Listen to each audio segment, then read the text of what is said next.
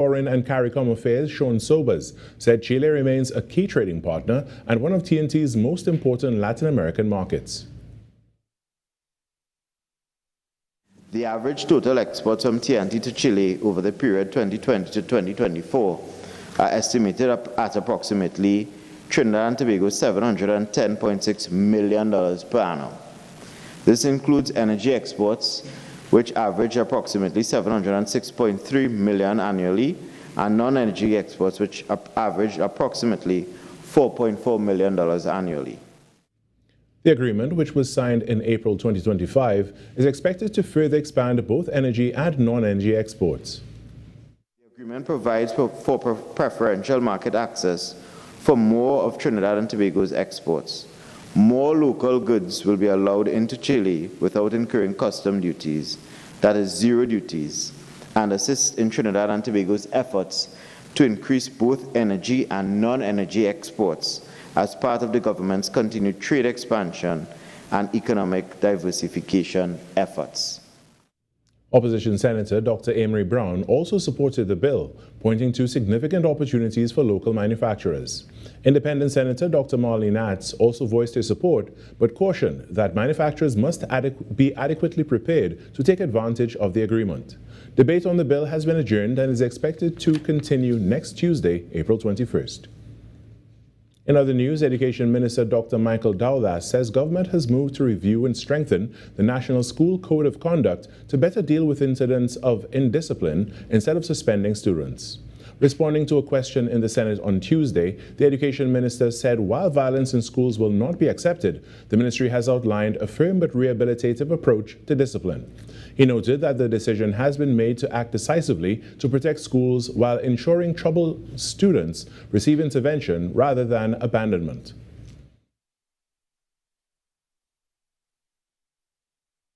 In more serious cases, the ministry also applies case management, monitoring and referral mechanisms, including referral to specialized services and relevant external agencies where required. So, Mr. President, the approach is not simply to remove a student from school and leave the matter there.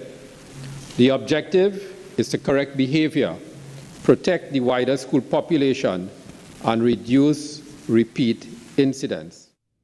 For the period September to December 2025, he said there were 1,050 student suspensions across the education system, with no expulsions recorded. He said suspensions were governed by due process under the National School Code of Conduct and were used only where safety and order were threatened. However, Minister Dowlas assured that the ministry has been taking firm action to confront school violence while protecting students and staff. We are taking a balanced but firm approach. Firm where the safety of students and staff is threatened, and supportive where intervention is needed to help a young person return to a better path. We will protect the school environment, support rehabilitation, and continue strengthening the systems needed to restore discipline, safety, and confidence in our schools. The minister also reiterated that since the implementation of the Police in Schools initiative, there has been a significant reduction in violent incidents and suspensions during critical periods such as break time, lunchtime, and after school. In some sport now, Trinidad and Tobago Red Force have wrapped up a dominant victory over the Leeward Islands Hurricanes, winning by 271 runs in their opening match of the 2026 West Indies Championship at the Coolidge Cricket Ground in Antigua.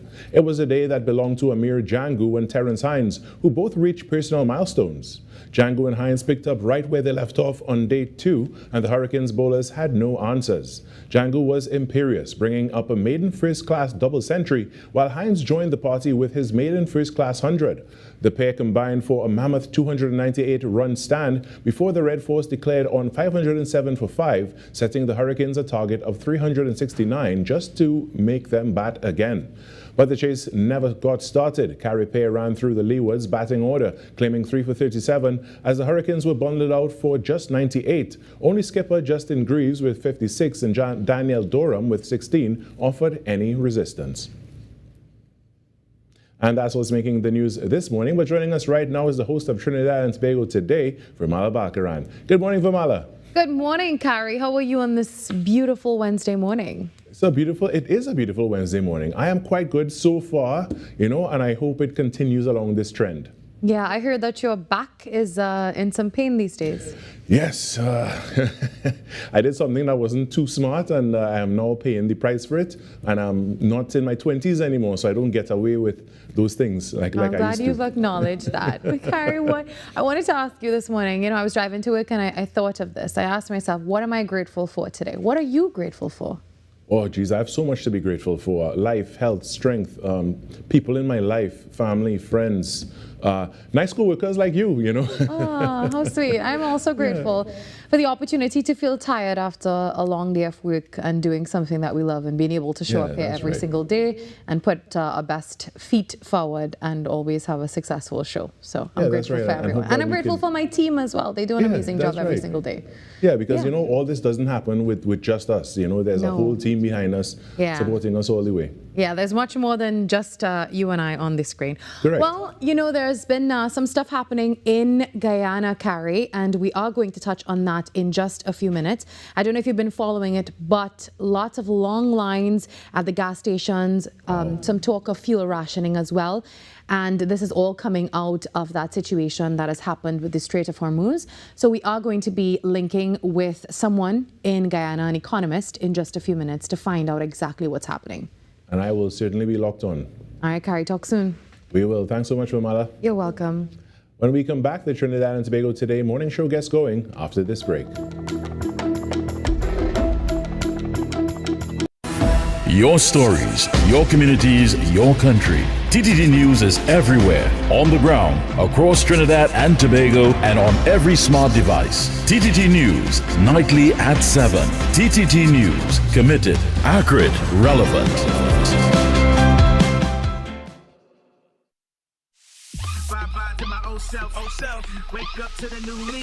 Coming soon. A new sound. A new class. A new class. Next 99.1 FM. The next level of radio.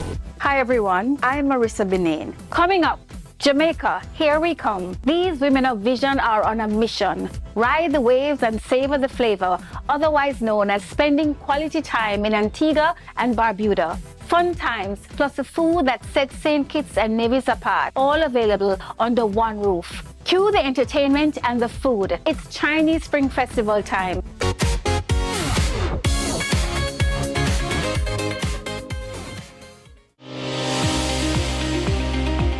There are a number of risk factors for heart disease, so a lot of attention has to be put towards preventive cardiology. What can we do to reduce the burden due to all these risk factors? Hypertension, diabetes, cholesterol, need to stop cigarette smoking, you gotta get people exercising. Be viewing Caribbean Medical TV on this station.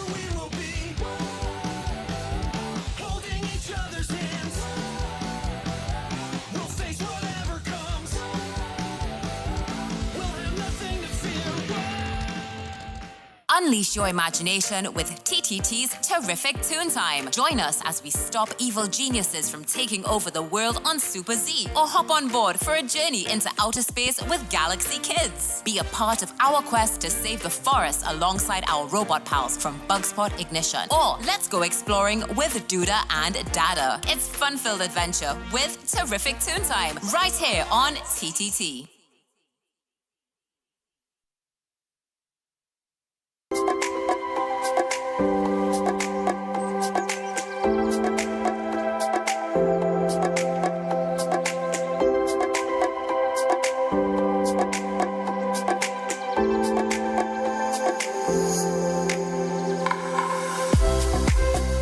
Wednesday, 15th April 2026. The time now, it is 6:10 a.m. Good morning, Trinidad and Tobago and the world. I'm Virmala Balkaran and welcome to Trinidad and Tobago Today. Well, let's take a look now at what's trending this morning. Police are investigating an armed robbery that took place on Sunday evening aboard the cargo vessel Sea Elizabeth II at Port of Spain waterfront near the Hyatt around 10:30 p.m. Well, a group of approximately 12 men armed with firearms, cutlasses, and axes boarded the ship and robbed the Grenadian captain and 2 crew members of their phones, their jewelry, a GPS system, even their oxygen and gas tanks, an inflatable dinghy valued at about 35,000 TT dollars, and also a small engine worth $20,000 before they escaped in a pirogue. However, around 5 a.m., the captain reported seeing men return and leave behind the stolen dinghy, which was later found with several of the missing items indeed. Very interesting story this morning. And also, the United States Department of State removed the kidnapping indicator from its travel advisory for Trinidad and Tobago.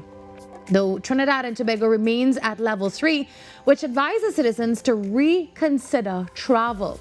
And this advisory noted that although violent crime in Trinidad and Tobago has dropped significantly since 2024, crime still remains a challenge throughout the country. And as we spoke about this morning with Carrie, we shift gears to something happening in Guyana. Our attention this morning is turning to our neighbors in the south. And in recent days, we've seen headlines of long lines. There is even fuel rationing in Guyana. Also, you had the Prime Minister telling the country to please don't panic buy anything. Well, joining us this morning is live from Georgetown, Trinidadian economist Ezra Cyrus Ramdeen to give us an update about everything happening in Guyana. Good morning, Ezra. Hi, good morning. Good morning, Trinidad. Happy to be here. All right, Ezra, now we've been seeing the images of miles-long lines. What exactly is the situation like at the stations this morning? Is the relief promised by the incoming shipments finally reaching the pumps? Well, Monday, Georgetown was tense. We saw long lines, frustrated motorists, and real anxiety in the air. But since the president's announcement that gas supplies are on its way, we saw that the situation became really calm on Tuesday. And this morning, the situation is visibly calmer, yet it's a developing situation, and we need to see exactly what will play out today. But this week raised big questions for us here in the entire CARICOM region. How exposed are we as Caribbean nations when our entire energy supply chain remains entirely outside our own control? And that's the conversation that this week's events should really spark. Yeah. Now, Ezra, there were some talks of rationing at the stations, and they were capping purchases at, I believe, $3,500 Guyanese dollars, I believe that is. That was to ensure that everyone had a share. Based on your conversations with maybe the pump attendants or the motorist, is that rationing still in effect, or is the volume of new supply going to allow them to lift those limits? And I think we were seeing some no fuel signs, being posted at the pumps. Are those coming down? Yes, well, the fuel is moving and the no fuel signs are coming down. Supply is catching up with demand. And well, the rationing is easing, which is an encouraging sign for all those living in Guyana. What really stood out for me is the way that the stations and citizens managed a genuinely difficult 24 hours with a level of composure that kept things from escalating further. Yeah. And Ezra, you know, there was that panic buy-in situation, and the Prime Minister was urging people in Guyana, don't rush around, don't be anxious, everything will be okay.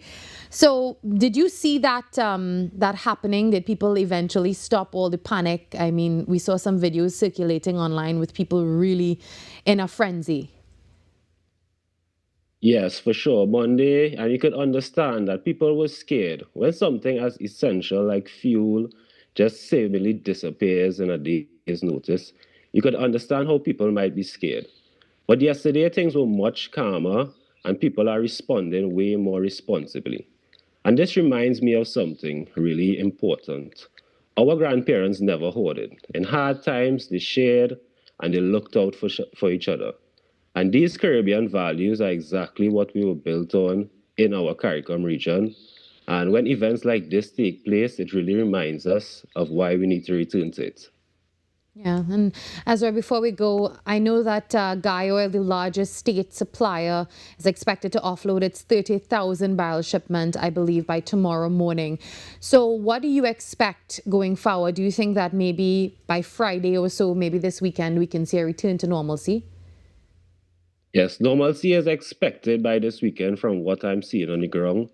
And in the future, projects like the gas to energy power plant and also the Berbice deep water port would ensure that events like this would happen less and less in Guyana, because the trajectory here continues to be up.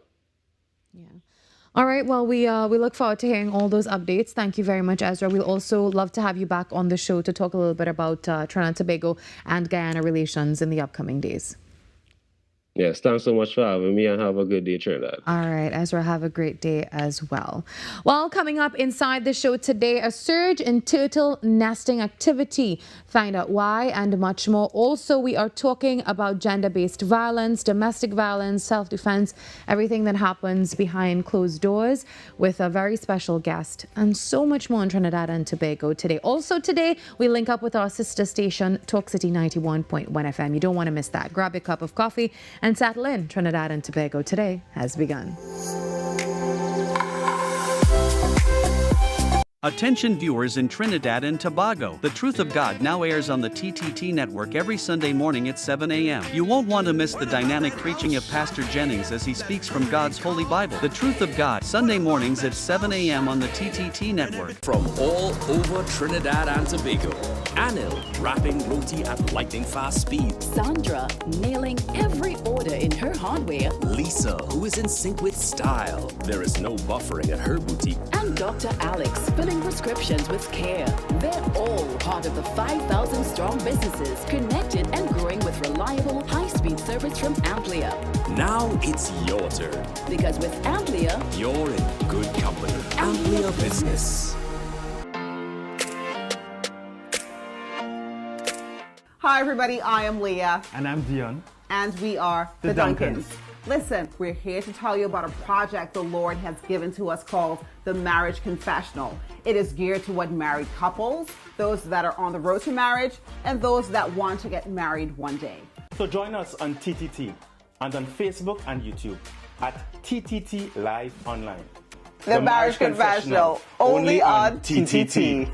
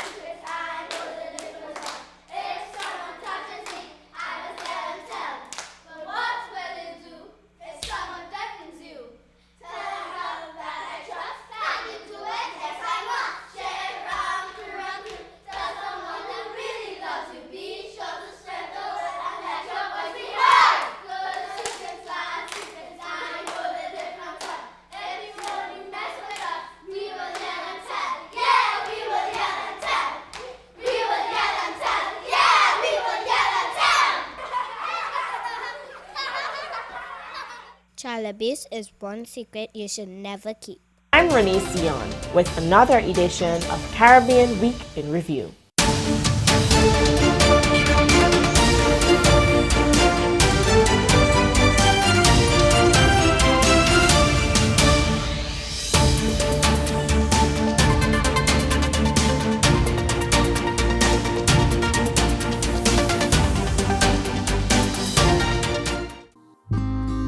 You are dearer to me than all the stars. So many wish but never reach. 'Cause when I'm falling and all the world seems dark, you help me find my peace. Oshun mi ba fishani. Oshun mi ba yeah. Oshun mi ba fishani. Arubita yeah yeah yeah yeah yeah yeah yeah yeah yeah yeah yeah yeah yeah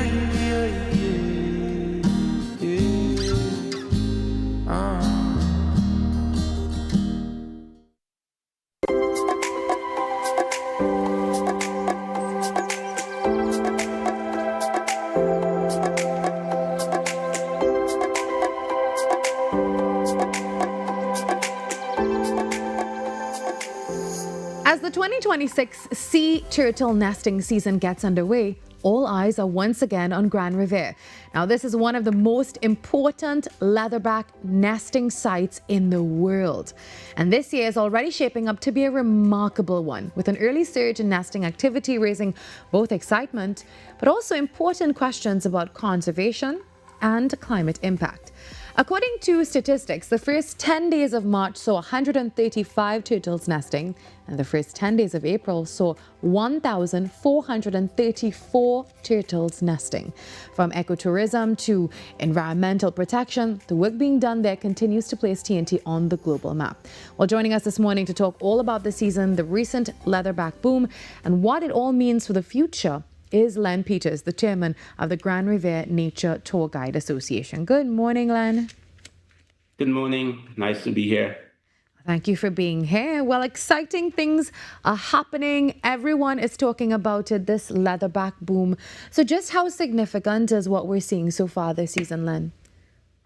Well, see, leatherbacks are migratory species. The leatherbacks that nest in Trinidad, they migrate from off the Canadian coastline.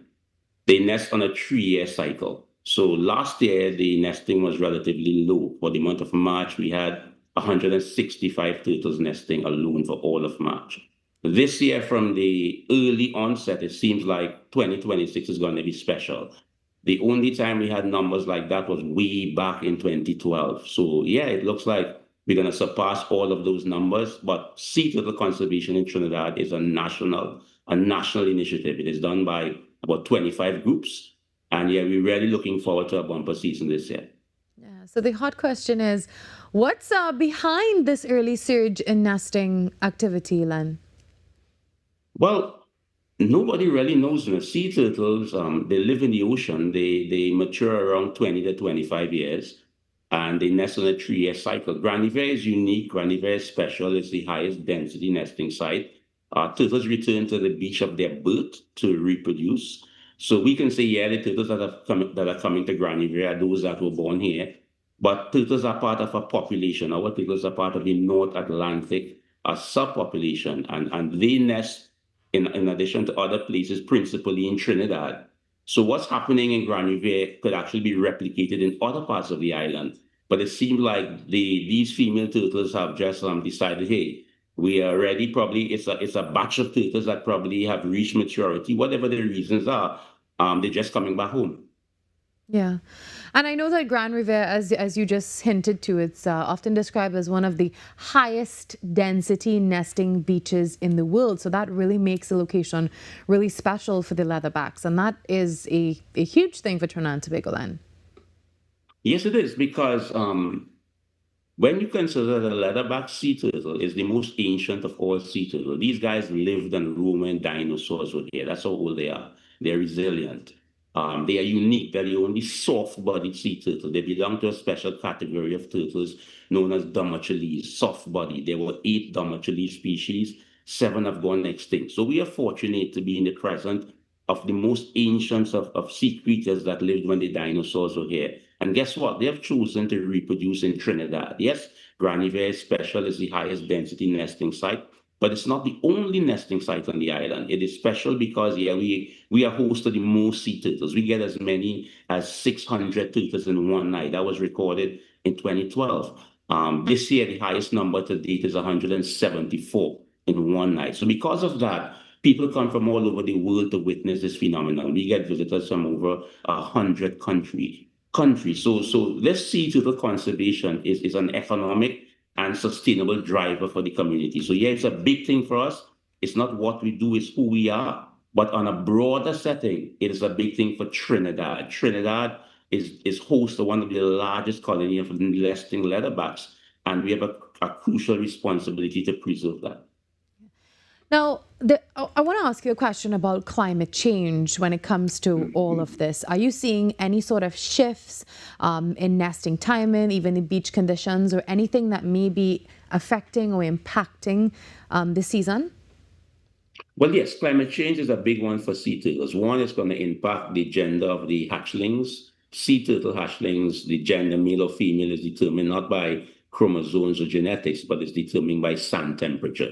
So as the Earth's surface warms, you're going to get higher temperatures, thus creating more females. We also have the phenomenon of the bloom of the sargassum. Sargassum is blooming in the Atlantic, and it is showing up on the east coast of Trinidad. There's also the impact of coastal erosion. So there are two mitigating factors that we are coping with now: coastal erosion on the east coast and the abundance of sargassum that restricts the sea turtle's ability to come to shore. But the biggie really is rising sea temperatures and rising natural rising temperatures that's going to impact the gender of the sea turtle. And you need more males being created for reproductive fertility of the females down the road. So that's a big issue as the Earth warms. And what about the issue of human activity? I know that humans can also impact the turtles. What are some of the biggest threats right now? And if you are planning to visit, how can you minimize that impact that we can have as human beings? Well, where humans are concerned, it's all about curiosity. People come onto a beach to socialize, and at night they will see that, hey, here's a turtle. And curiosity will make you draw to the animal. You want to see the animal. But leatherbacks are light sensitive. So you need to appreciate and understand that white lights are not friendly to sea turtles. So in Trinidad, we have the phenomenon where people are normally curious, but there are lots of conservation groups out there who are managing beaches where sea turtles nest. So humans are impacting. You have the issues of nets. They get entangled in nets offshore is the greatest cause of their demise presently. You get people coming onto beaches, lighting fires, removing sand, taking the eggs, trying to help, but not knowing how to help in the right way. So while humans are the ones who may be impacting negative actions, they are the ones whose attitudes we need to change, because they are the ones who can help restore this ancient sea turtle population. So I'll just appeal to the citizens that there are over 25 community groups scattered around the island that are managing the beaches where sea turtles nest. And you need to support and interact with them so you can have a good experience and understand how best we can work together to preserve this wonder of the world. And what would you like to see maybe in schools, perhaps, to help educate the population from an early stage when it comes to conservation? Do you think that maybe the groups can head into schools, do some sort of educational campaign? What do you think about that? Well, I think the groups, some of them have education programs where they reach out to the schools in their immediate area. There's an NGO, Turtle Village Trust, that was formed in 2006. That is the umbrella conservation organization that oversees or coordinates all sea turtle groups on the island. And they have an extensive education program. So yes, because if we understand how critical the leatherbacks that nest in Trinidad are to the global restoration of this particular species, and how fortunate we are as Trinidadians to be host to one of the world's most significant nesting population, then we'll understand why we need to get the second and third generation involved, get the kids to understand this is not just a turtle, this is a true dinosaur that is still here today, and its conservation is dependent not just on us, the old school people, but the young kids who are there coming up to learn the science, because most of the science that is associated with sea turtles, we depend on external researchers. Here is an opportunity to get the young kids excited, get them involved, get them to learn and understand, and be part of this critical program. So yes, school-based conservation is critical. It's being done, but more could be done. And do you think enough is being done to protect our marine ecosystems? And if not, what do you think we can do to improve it? So I think this stands as an opportunity. Way back in 2006, there were only 3 conservation groups managing turtles in Trinidad. Grand Riviere, the Grand Riviere group, Matura, a group out at Fishing Pond, and there was a group in Tobago, SOS. We came together in 2006 and formed an entity known as Turtle Village Trust. The intention was to bring all sea turtle conservation groups together under one umbrella body so we can work together as a unit. And this has been quite successful. Turtle Village Trust has been coordinating all sea turtle conservation in the island under the guidance of the Forestry Division, who has oversight, and the EMA. What is needed really is the injection of capital to Turtle Village Trust so that all the groups on the island, both islands, can get the support that is required. And guess what?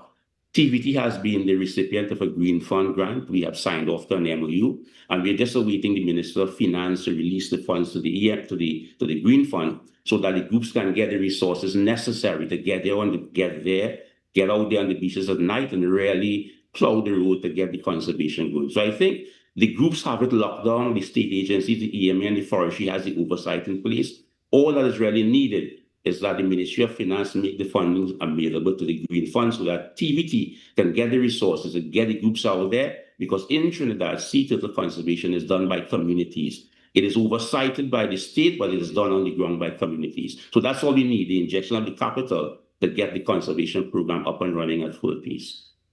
Well, and my final question to you is, if someone wants to visit, they've never been before. I actually have never been, so I hope to. Yes, I actually hope to make my first visit this coming month, hopefully. Tell us what we should expect, what we should be mindful of, how we should approach these turtles and the space that is theirs right now. Okay, so not every beach where a turtle nests is a beach where you will go to see a turtle nest. Turtle conservation has two sides to it. There is the protection and conservation side, where you have groups out there at night walking the beach, keeping the turtles safe. So you need to be a safe distance away from a turtle. You need to understand that you need to respect that these animals are coming to nest. So if you show up on a beach somewhere and you see a leatherback, you need to turn all white lights off, no flash photography, stand a safe distance off, and observe in quiet. If you want to have a true intimate interactive experience, you need to find out where there's a conservation group who is doing more than conservation, but they're also doing the public education and the turtle conservation tours. So you can go to those beaches where there's a group organized for that activity. For example, Grand Riviere. Beside the conservation, we have an ecotourism component. So you can call us at 469-1288 and book a sea turtle tour. You can do so at Las Cuevas, at Matura. Some of these groups are well organized. If I speak specifically to Grand Riviere, it's a prohibited nesting site. You must have a permit that you acquired the Forestry Division. You have to call and make a booking. It's not a just show up kind of thing. And when you arrive, they're going to give you all of the required information you need to know. You need to dress comfortably, insect repellent, to change your clothes. It's a nighttime activity. There's no shelter where you're going to see turtles. You need to walk with an umbrella. But when you show up there, we have secured parking, reception area, and then a guide will take you out when the turtles have settled and are in a place where you can observe them. So it's a nighttime activity as well, but it's an activity at least once in your lifetime you should take part in. But all you need to do is just reach out to a conservation group who is doing the tourism part, link up with them, they're going to give you the information. But in the case of Grand Riviere, you just call first, 469-1288, get your permit, make an appointment, and the rest is going to be pure magic. Thank you, Lan, and we look forward to talking again. All the best in this season going forward, and I hope it's a beautiful time. And also, let's continue to be mindful of the spaces that these creatures occupy and be respectful of that as well. Thank you so much for having me, and good morning. Have a good day, Len. Thank you. Len Peters, the chairman of the Grand Riviere Nature Tour Guide Association. While we take a short break and we come back with so much more on Trinidad and Tobago Today.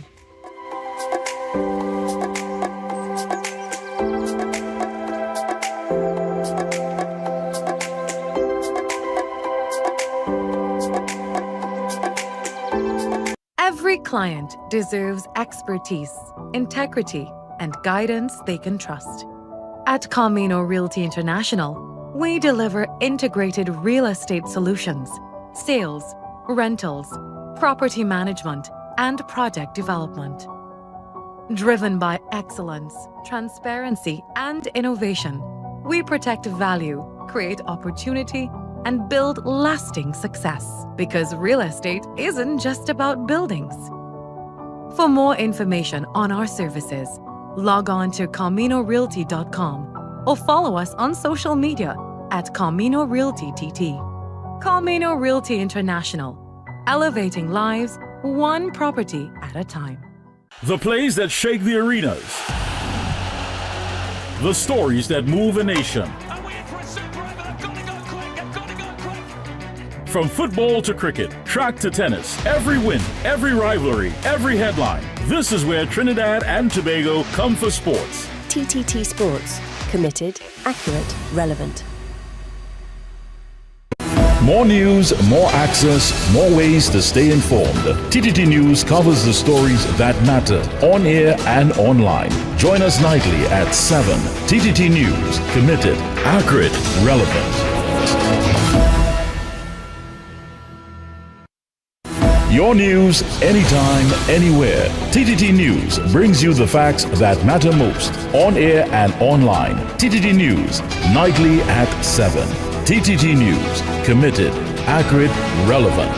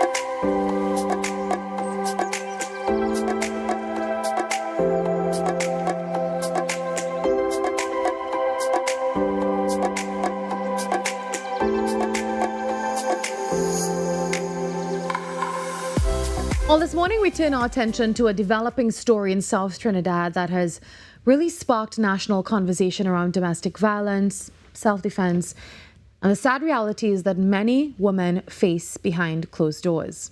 The national response?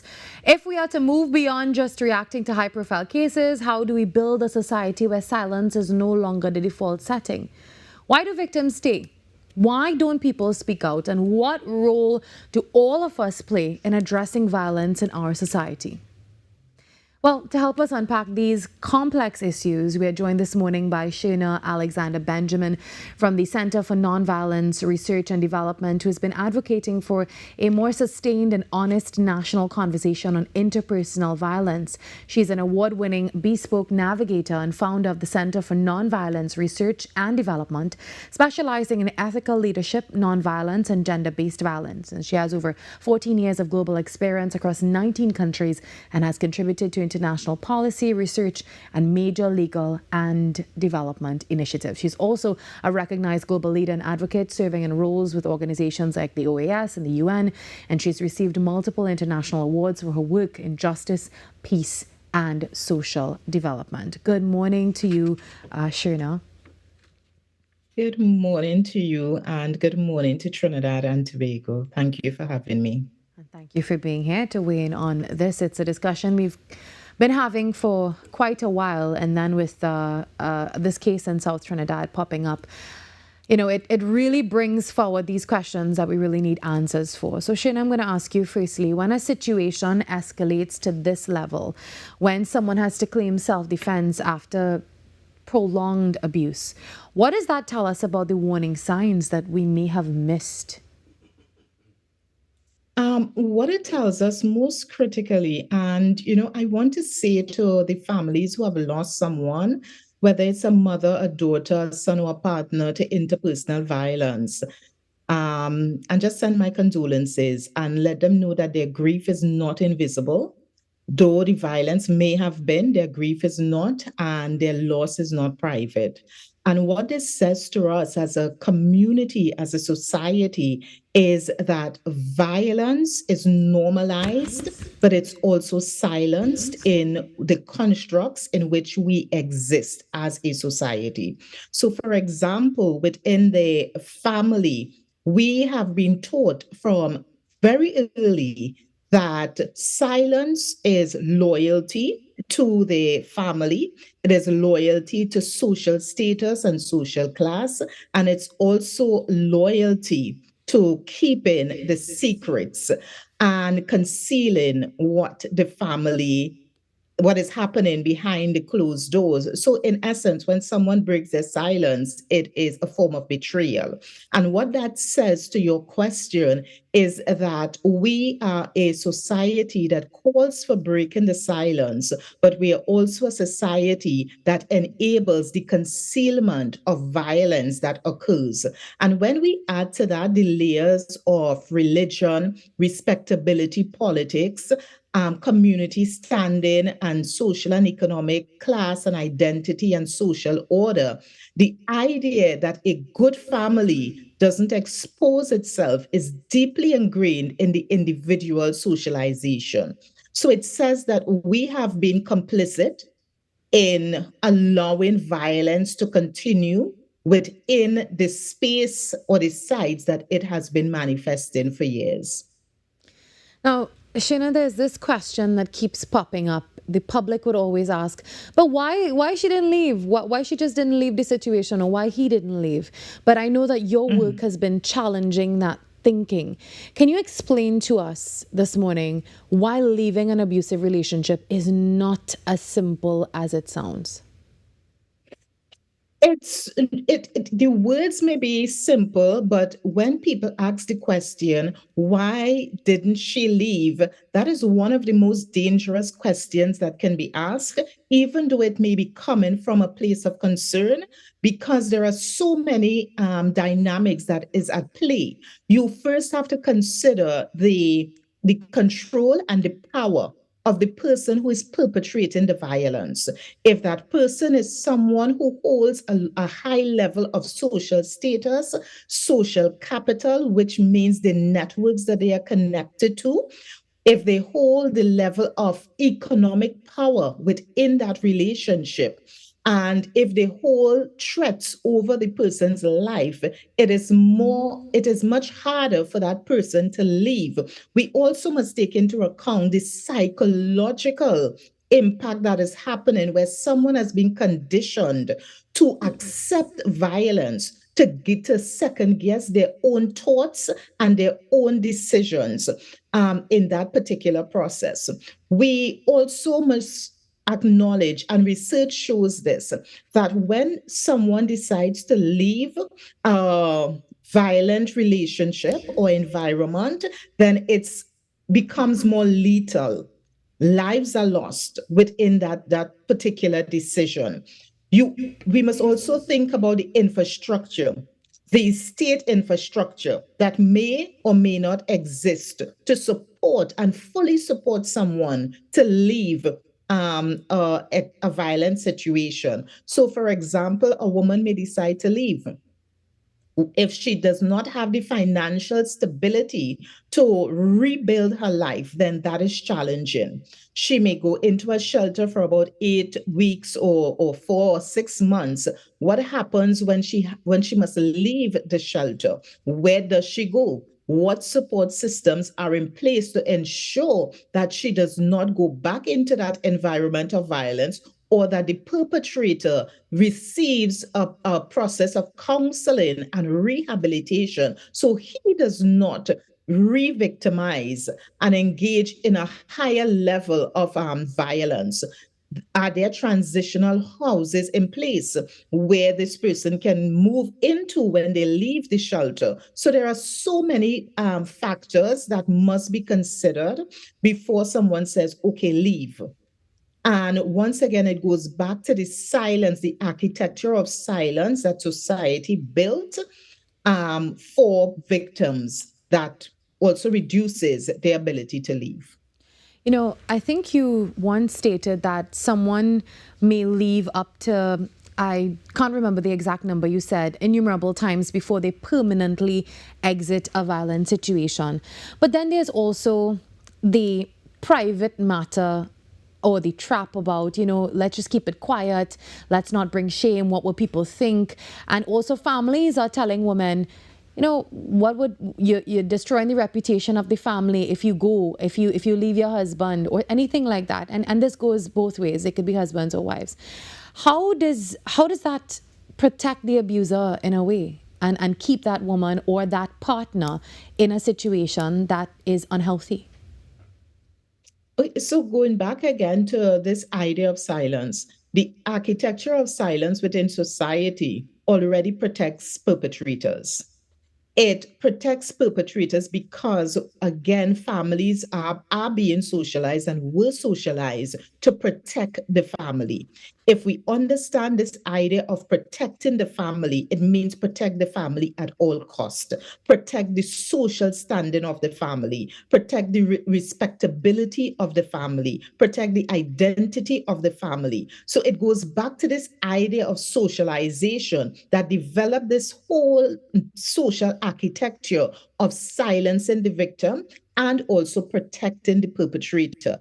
Again, if we look at the power that the perpetrator holds and also the gender stereotypes that are embedded into this idea of violence within the home environment, is that the perpetrator holds the control and the power to shift and change the narratives about the victim.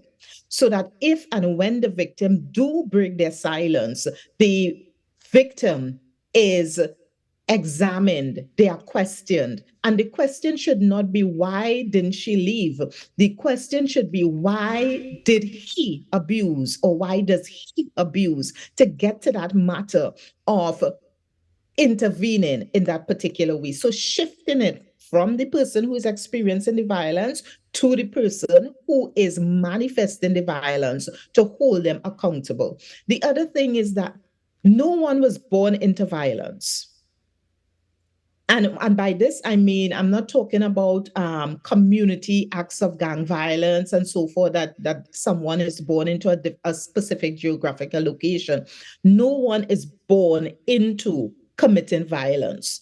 The behaviors within the home shape that person's ideology about their position in society and what they should manifest and what they should accept. So, and if these things can be shaped and constructed, it can also be unlearned and deconstructed. Shayna, we are so appreciative that you spent this time with us this morning.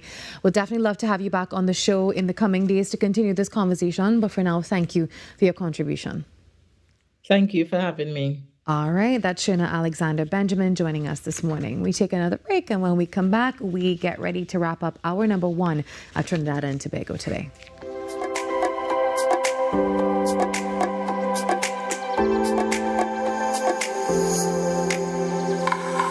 Every client deserves expertise, integrity, and guidance they can trust. At Camino Realty International, we deliver integrated real estate solutions, sales, rentals, property management, and project development. Driven by excellence, transparency, and innovation, we protect value, create opportunity, and build lasting success. Because real estate isn't just about buildings. For more information on our services, log on to CaminoRealty.com or follow us on social media at Camino Realty TT. Camino Realty International, elevating lives one property at a time. Struggling with heart health or frequent migraines? Discover the simple steps to reclaim your energy and vitality. We're diving into a topic that affects about 422 million people around the world: diabetes. Tune into Wellness Unlocked, the series that delivers expert advice, practical tips, and inspiring stories to help you take control of your health and well-being. Your health matters. Don't miss Wellness Unlocked. Watch now on TTT and take the first step toward better health. When it matters, we're there, reporting the news as it happens, because your world can't wait. TTT News, nightly at 7. TTT News, committed, accurate, relevant.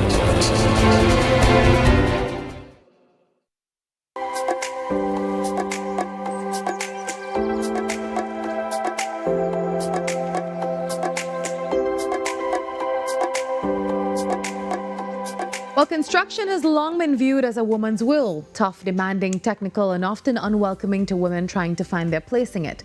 But times are changing, and so too must the industries that shape our societies.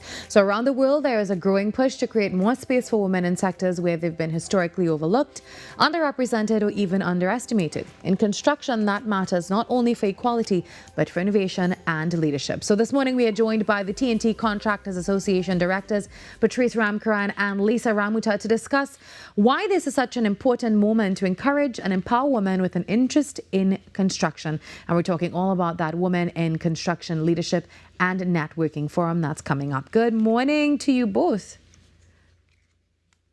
Good morning, and thanks for having us. Well, you're most welcome. Thank you for being here. Well, construction has traditionally been seen as a male-dominated field. So why is it such an important time globally and also locally to intentionally encourage more women to enter this industry? It is important locally and globally for women to enter the industry because, when women lead, we tend to lead differently. In addition to that, we want to provide that mentoring so that those behind us, they are given the opportunity or inspired to be part of the industry to create further change and development needed so that there's inclusivity and gender balance. Now, when young women show that interest in construction, engineering, project management, or even site leadership, anything in this industry, what are some of the barriers that still exist that may discourage them before they even begin, in your opinion? Sure, so I can take this one. There still is some gender bias and stereotyping in terms of the opportunities that women are given. So even at the point of sending in a resume and being shortlisted for getting an interview, to have that opportunity, to have that job, that is a challenge. Employers some of them still do see women as being emotional and liability, especially when these women have families to take care of, because they're still seen as the persons who are in that nurturing role and may not be seen as being able to commit as the male counterparts, which is not entirely true. Tell us about the real value, beyond fairness and representation, the real value that women bring to construction, the sphere of construction. The real value that women would definitely bring into the sphere of construction is basically our leadership skills in terms of being able to be a woman in leadership, especially being, some may be parents, some may be spouses, etc. Definitely how we would view policies, how we would view the balance within the workplace, and definitely once a woman in that leadership and understand the challenges we face, help in terms of reformation of policies, reformation of legislation, etc. In terms of that leadership. When we have women in decision-making roles, basically, definitely it helps in terms of impacting visibility, the mentorship advancement, definitely for other women that want to continue in the industry as well as ones who want to join. Tell us a little bit about the Women in Construction Leadership and Networking Forum. Tell us about this event. Well, the Contractors Association has been founded in 1968, and I believe this is the first time in history that we have 4 women on the board of directors, which comprises of 40% of the board. And what we did, we decided, we have to create that space for women in the construction industry. And the team this year is laying the foundation for women in construction. And what it speaks to basically is that similarly to constructing a building, the first process more or less is planning as well as laying the foundation so that what we are building would stand strong. And through this process, what it does, it would provide mentorship opportunities as well as support, as well as benefits to stronger workforce projects, etc. So this is what more or less this forum is about in terms of being that starting point as it relates to providing the foundation for women in the industry, as well for women that are entering or desire to enter into the industry. And how can people be a part of this forum? Well, to be a part of it, it's happening on Friday. The venue is at a Lockjack School of Business. And at 10, if anyone is interested, the contact is 299-5693. They can reach out to get further information as it relates to tickets or attendance, etc. So I want to go back to the conversation that we were having before about women entering that sphere of construction. What would you say to women who may actually have the interest, but they doubt whether or not, well, do I belong in this industry? What would you say to them? What I would say to them, basically, you have to know why you decide to enter in the industry. Passion is very important. You have to like what you're doing, similarly to any other job or any other industry. If you don't like what you're doing or have a passion for it in terms of this is what I want to do, this is the career or the business I want to pursue, this is definitely important. So once you determine this is your passion, additionally, it's important that you be competent, you do the necessary studies, you show up, etc., and build that confidence so that more or less you position yourself well within the space you operate. Yeah. And how important is visibility, you know, seeing the women in all of these different spaces, like the work sites, the boardrooms, leadership positions, and changing the future of the sector, one that is, again, a male-dominated sector?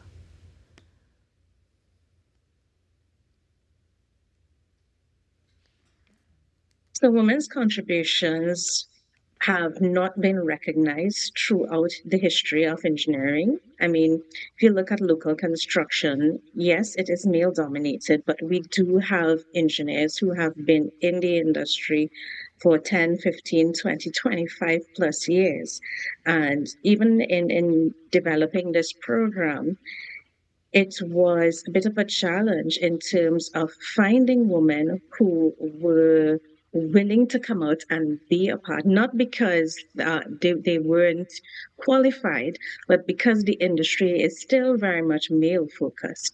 We need to have this visibility to ensure that the next generation of students, the younger generation who are coming up, can see that yes, women have been in this role, they are doing great, they are blazing trails, and there is a space for me as a young woman coming up in the industry, whether it's in field work, lab work, architecture, you know, even project design, engineering, quality control. There are many, many opportunities in construction. It's not just only on the job site.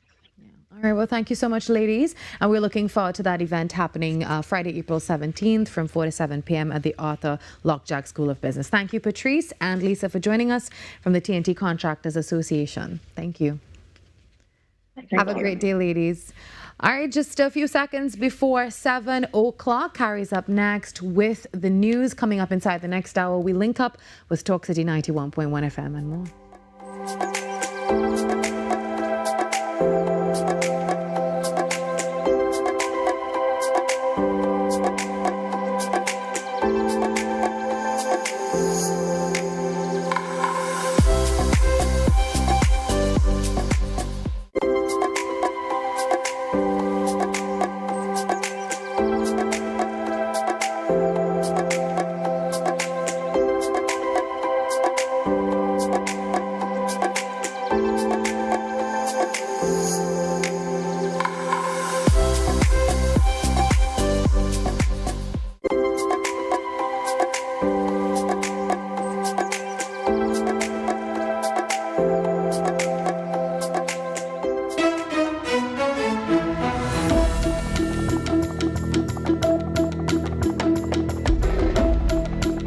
Good morning, this is your TDT News Update. I'm Carrie Roberts. Making the news at this time. The government has given assurances that all outstanding payments to cultural practitioners and contractors involved in the Carnival 2026 Flavor Village initiative will be settled. This commitment was confirmed by Minister of Culture and Community Development Michelle Benjamin, who said that 90% of participating artists have already been paid.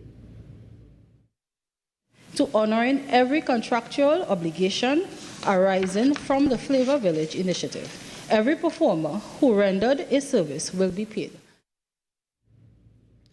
Minister Benjamin says government is standing by every agreement that contributed to the successful Flavor Village, which ran throughout the Carnival 2026 season. Responding to a question in the Upper House on Tuesday, she dismissed any uncertainty over payments. The minister said while most artists have already been paid, payments for some February engagements are still being processed, with a clear timeline given for completion.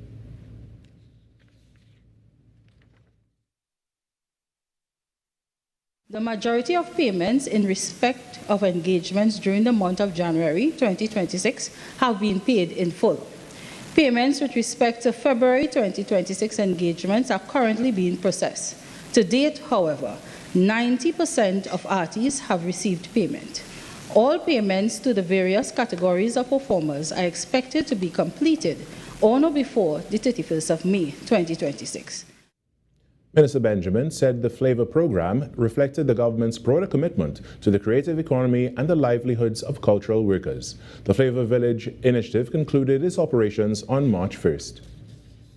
In more news, the University of the West Indies St. Augustine campus and AmCham TNT have entered into a landmark memorandum of understanding aimed at boosting artificial intelligence capacity and equipping the region for an increasingly digital future. As artificial intelligence reshapes the global economy, strategic partnerships are crucial to ensure innovation is advanced in a guided, inclusive, and sustainable way, and the recent collaboration between UWI St. Augustine and AmCham TNT is helping to do just that. Speaking at the ceremonial signing of the MOU at UWI St. Augustine campus on Tuesday, campus principal Professor Rosemary Bell Antoine said the initiative will help reposition the country from consumers of artificial intelligence to becoming active providers and innovators. At the AIIC, we have that mission of taking our region from being mainly consumers of technology to actively creating indigenous and responsible AI solutions that have been very carefully and deliberately designed and tailored for our own economic and social and development priorities. AmCham TNT CEO Nirad Tiwari noted that the move will create more employment opportunities for nationals. In addition to participating in the Digital Transformation Committee, our conferences and events showcasing both what you're doing here and exposing students and researchers to the wider business community and the conversations that we are having as businesses, and hopefully therefore influencing the design thinking along the way.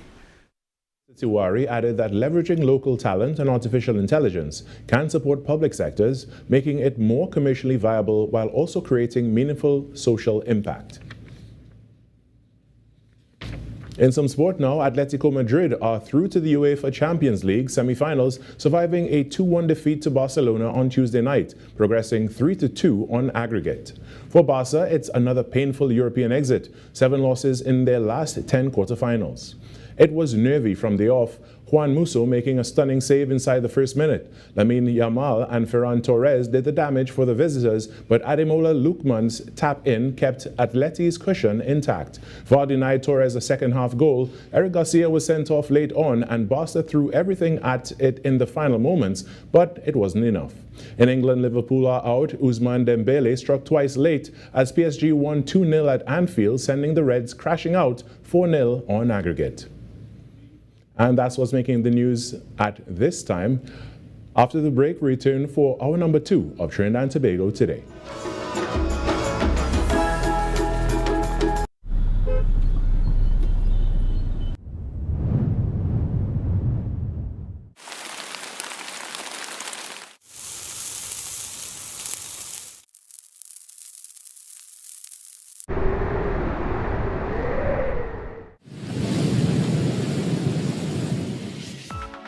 TTT Weather with Zaina James, daily at 7 p.m.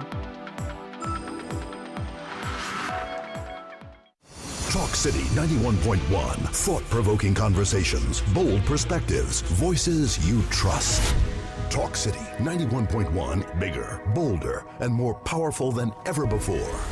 Yes, Talk City 91.1 FM. A brand new era of talk radio is here. With voices you know, trust, and respect. Get ready for an all-new lineup of the very best in talk. Andy Williams, Lennox Smith, Stephen Reese, Mr. X, Derek Charbodi, Roland Stewart, Sharon Farfan, Sudath Prasad, Heavy Duty, Alex Asing, Karen Francisco, Cherry-Leen Lewis, Short Pants, and more of the voices shaping the national conversation. From hard-hitting current affairs to real community issues, culture, politics, social development, and the stories that matter most to you. This is where Trinidad and Tobago comes to talk.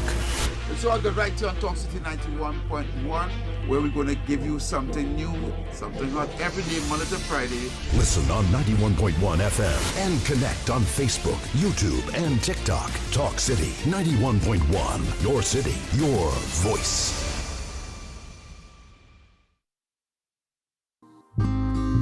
You are dearer to me than all the stars. So many wish but never reach. 'Cause when I'm falling and all the world seems dark, you help me find my peace. Oh, shun mi ba vijani. Oh, shun mi ba.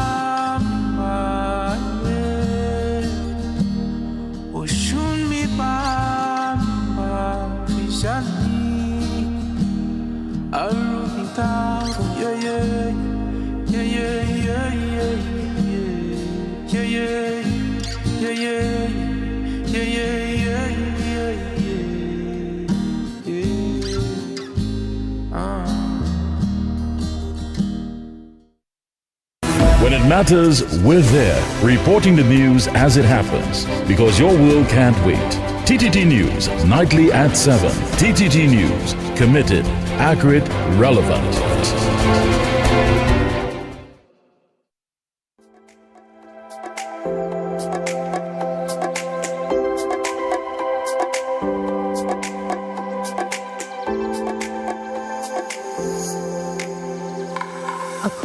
Fishing community sits between Las Cuevas and Blanchisseries along the scenic north coast of Trinidad. The village itself is small with a close-knit population, a handful of small businesses that mainly serves the community and the occasional visitor passing through. And one of the most amazing main attractions of Lafayette is the beach of its namesake. Carrie Roberts takes us to unveil this hidden treasure for this installment of Right Here.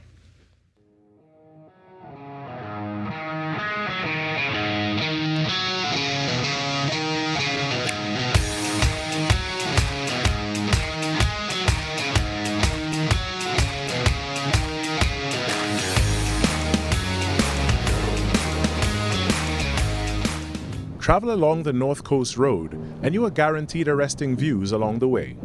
Our most popular beaches on the island are accessed from this artery tracing our north coast, but if you venture a little past them, your eyes will be open to what the locals of the community have long known, and the vast majority of us tend to miss. Upon entering the village of Lafayette, these bright yellow villas are a hard-to-miss landmark that points toward our destination.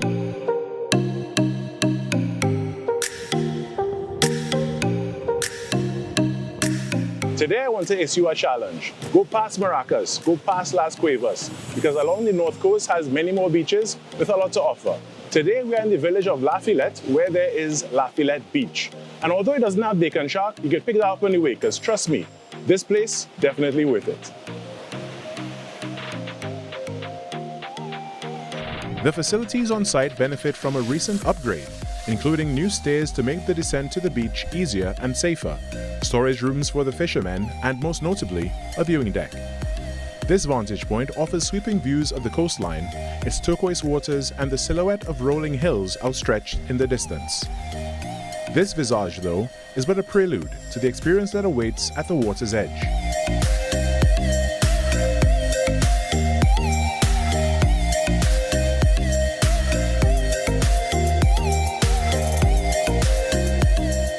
The shoreline, with its white sand, is not very long, but it is at least wide enough for a game of small goal football. This beach, seeing less visitors than others on the north coast, makes for a great escape from bustling crowds and more suited to relaxation. On calm days, the waves lap gently on the shore, while fishing vessels bob with the rhythm of the surf.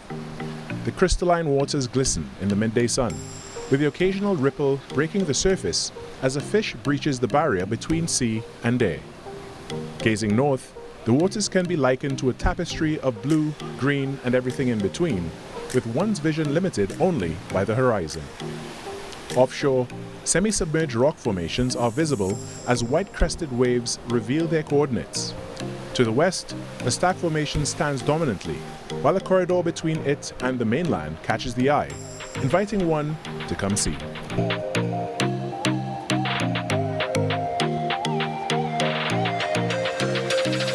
The beach is bordered by a stark cliff wall spanning its length. Closer inspection reveals an alcove in the rock with a trickling spring emerging from hidden channels, creating the perfect environment for mossy growth. While the cool water appears clear and potentially refreshing, I dare not caution a drink.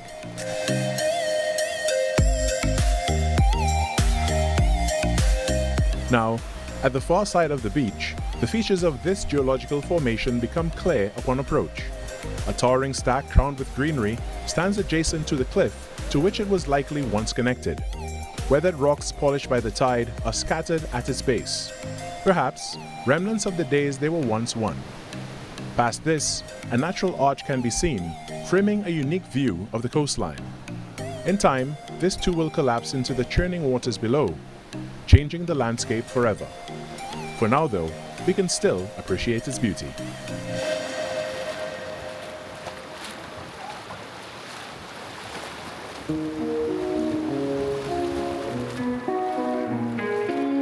Lafayette Beach, while less popular, is the kind of place that offers what others can't. It's a place you can trade in the crowds for serenity, the bustle for seclusion, and the man-made amenities for raw, natural beauty. It is the revelation of the crown jewel of this sleepy village, sequestered somewhere between stone, sand, and sea. I'm Carrie Roberts, giving you a glimpse into the paradise we have right here.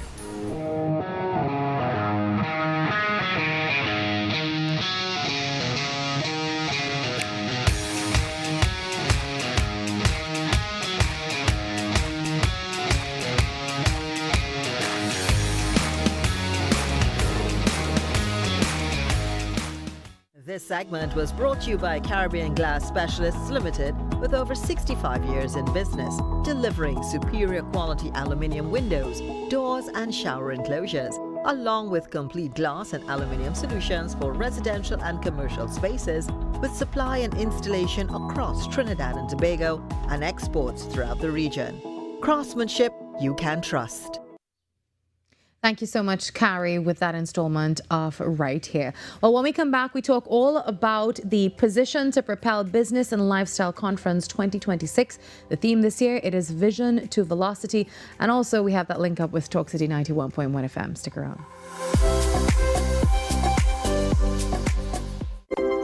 Every client deserves expertise, integrity, and guidance they can trust. At Camino Realty International, we deliver integrated real estate solutions, sales, rentals, property management, and project development. Driven by excellence, transparency, and innovation, we protect value, create opportunity, and build lasting success. Because real estate isn't just about buildings. For more information on our services, log on to CaminoRealty.com or follow us on social media at Camino Realty TT. Camino Realty International, elevating lives one property at a time. So grateful for this precious life. Embrace it with a fearless stride. Dig so deep to turn your dreams to reality. Embrace life with Guardian Life.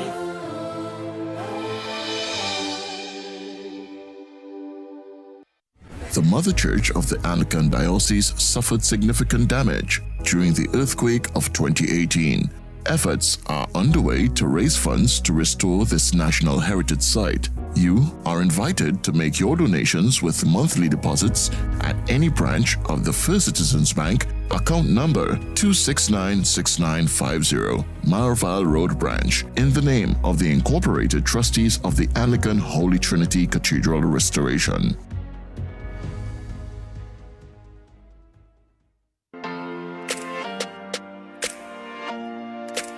Hi everybody, I am Leah. And I'm Dion. And we are The Duncans. Listen, we're here to tell you about a project the Lord has given to us called the Marriage Confessional. It is geared toward married couples, those that are on the road to marriage, and those that want to get married one day. So join us on TTT and on Facebook and YouTube at TTT Live Online. The Marriage Confessional, only on TTT.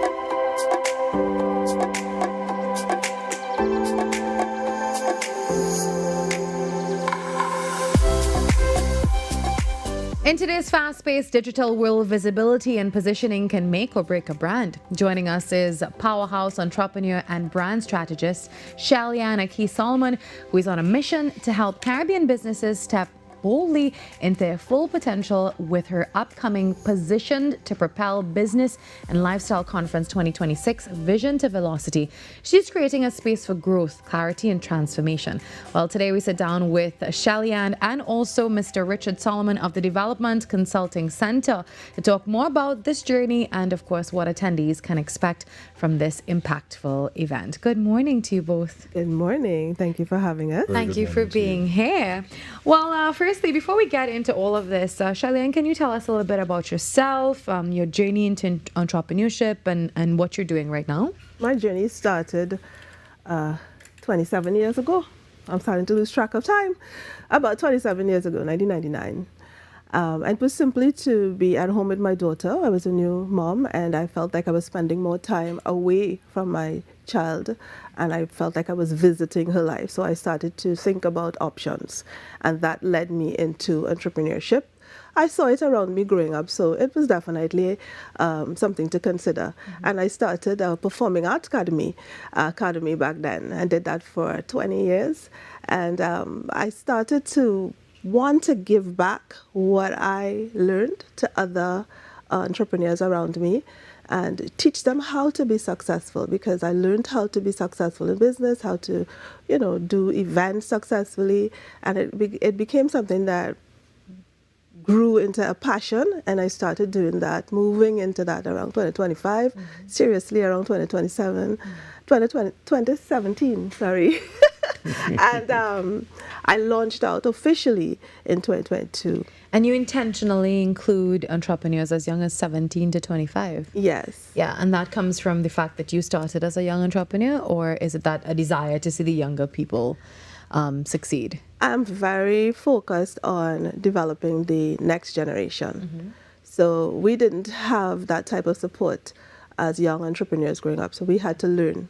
Yeah. And we had to, they say this thing, you have to fix the plane and fly it at the same time. So that's pretty much our experience with entrepreneurship. So we grew and learned and grew and learned, and that's how we became successful. Mm-hmm. I felt at a certain point in my journey that I can look back and bring another generation and help them to do it faster, easier, with greater clarity and more support.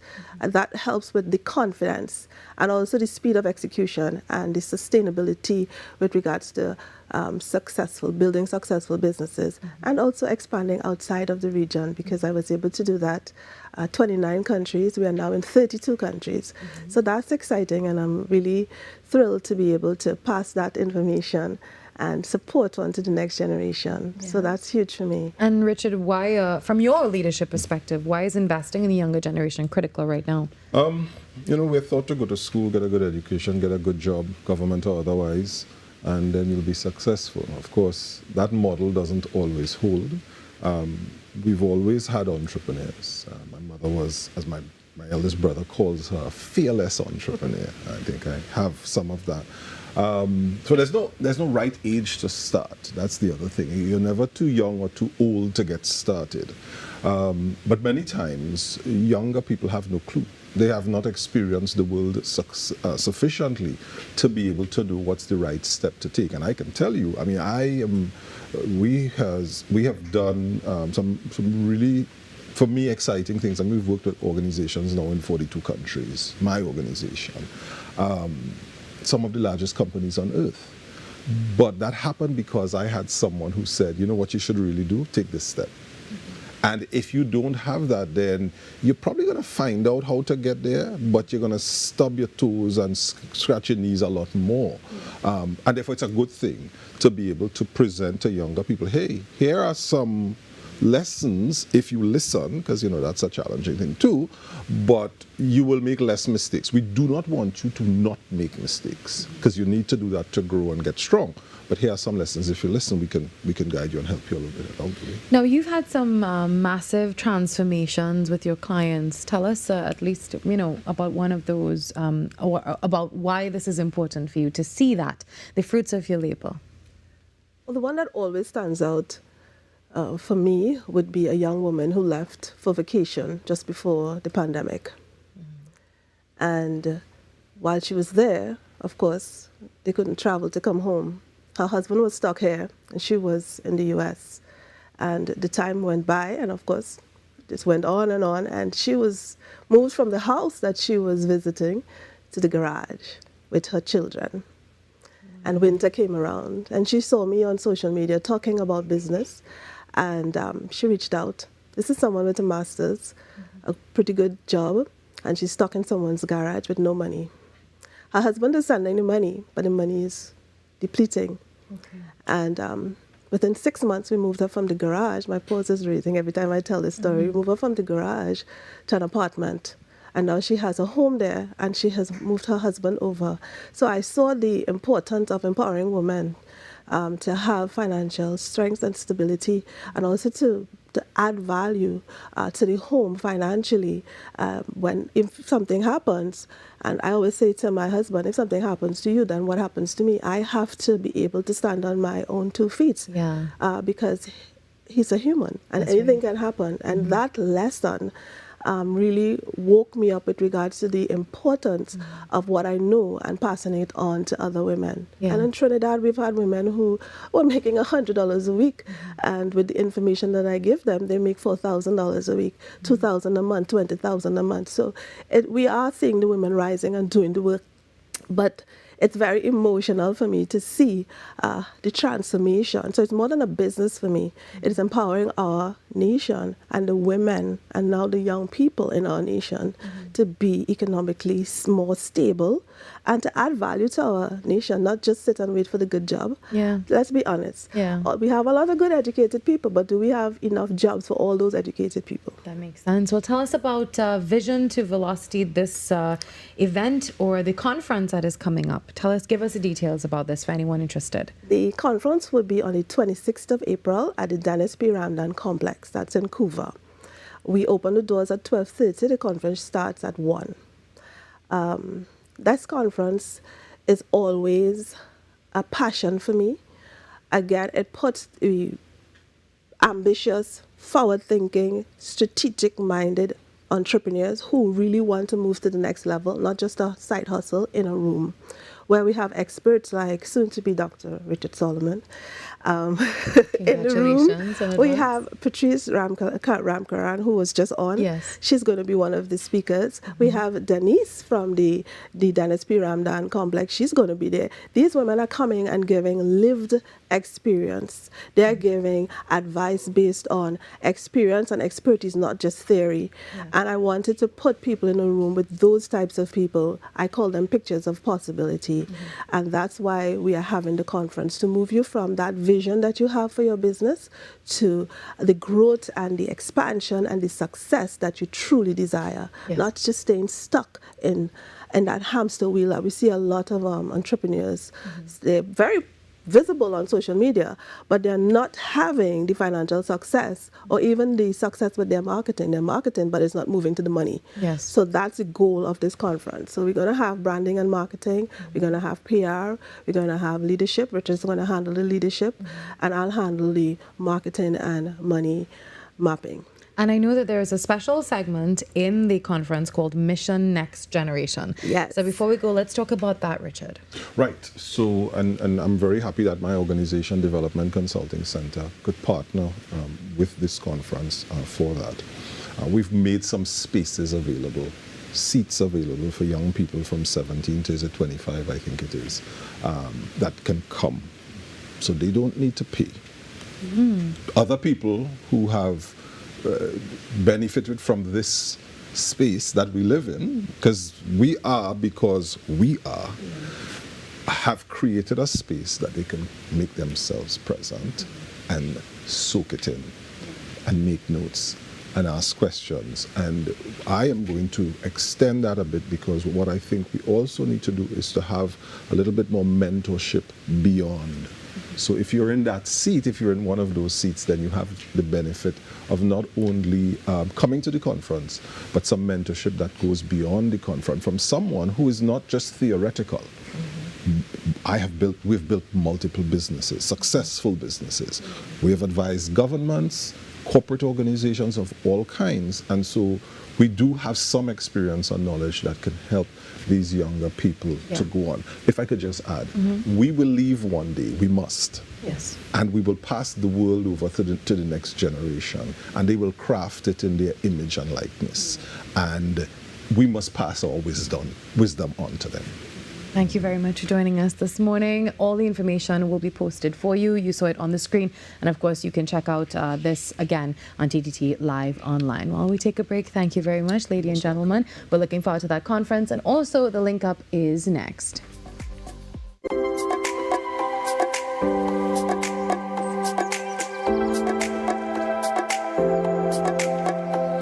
Every client deserves expertise, integrity, and guidance they can trust.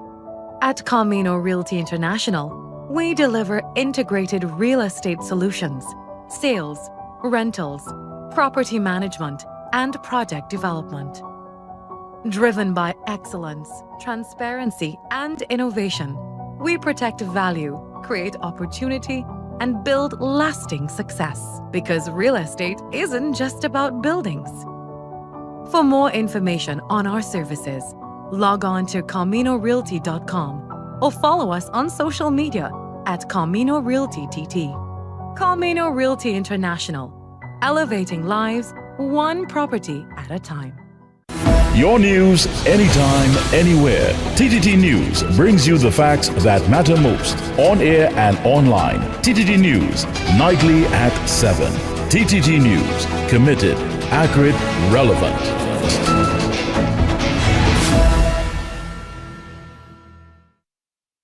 New season equals new dreams, and many football fans are dreaming of their team actually winning this season. But the reality is that only one team can win. So many will just be dreaming and wishing and hoping that their team can deliver. Manchester City, Liverpool, Chelsea. Notice I have not mentioned Arsenal. Don't be upset, I'm not mentioning Man U either. This is Atto Bolden inviting all of you to follow the 12th man as they celebrate a new season on TTT and enjoy the ride.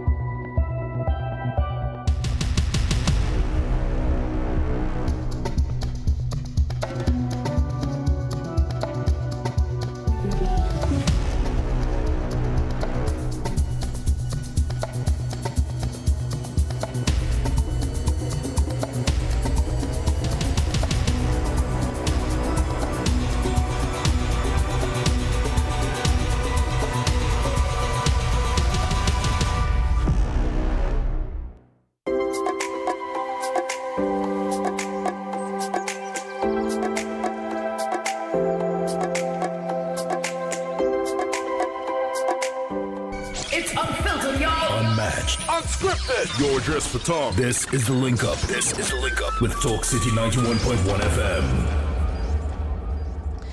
Well, following our first collaboration, this now becomes a weekly feature Wednesday through Friday, bringing our audiences together across both platforms. We've got radio and TV. Well, today, we're once again linking up with our Talk City 91.1 FM, that's our sister station, a space dedicated to meaningful conversation, perspective, and of course, national dialogue. So whether you're watching or listening, we're glad to have you here. So here is where I say good morning to Andy and Lennox at Talk City 91. Hey, a pleasant good morning to you, Virmala. A pleasant good morning to each and every one of you out there that are listening to the #1 program on a morning, Trinidad and Tobago Today. But you know, I must say, with the beautiful host, Virmala, man. Ruff, Pitbull love this morning program, the on TV day, man. Lennox Smith, you know what?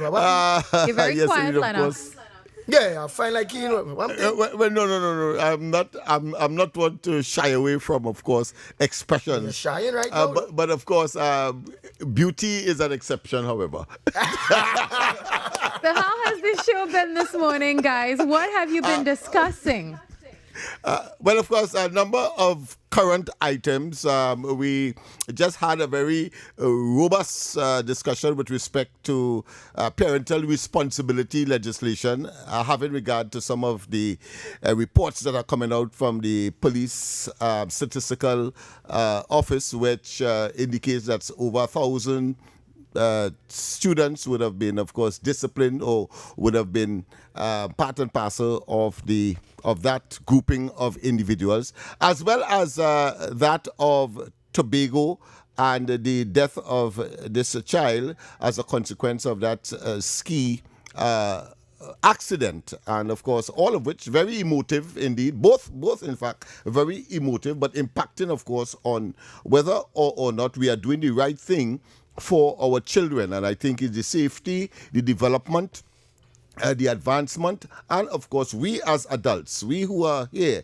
must be able to protect and to take care and to nurture properly our future generations. Virmala, let me say it in a better way, man. I want to say it in a better way. What we are discussing, we see in the papers this morning, and we are having a very heated debate this morning. So I must say to all Trinidad and Tobago Today viewers in your thousands, welcome to Talk City 91.1 FM, The Ground Report, the most controversial but more informative program in Trinidad and Tobago on a morning. What we are discussing this morning, Virmala, and all of you on Trinidad and Tobago today is we're seeing over 1,000 students suspended in the first 3 months of the school year. That's one.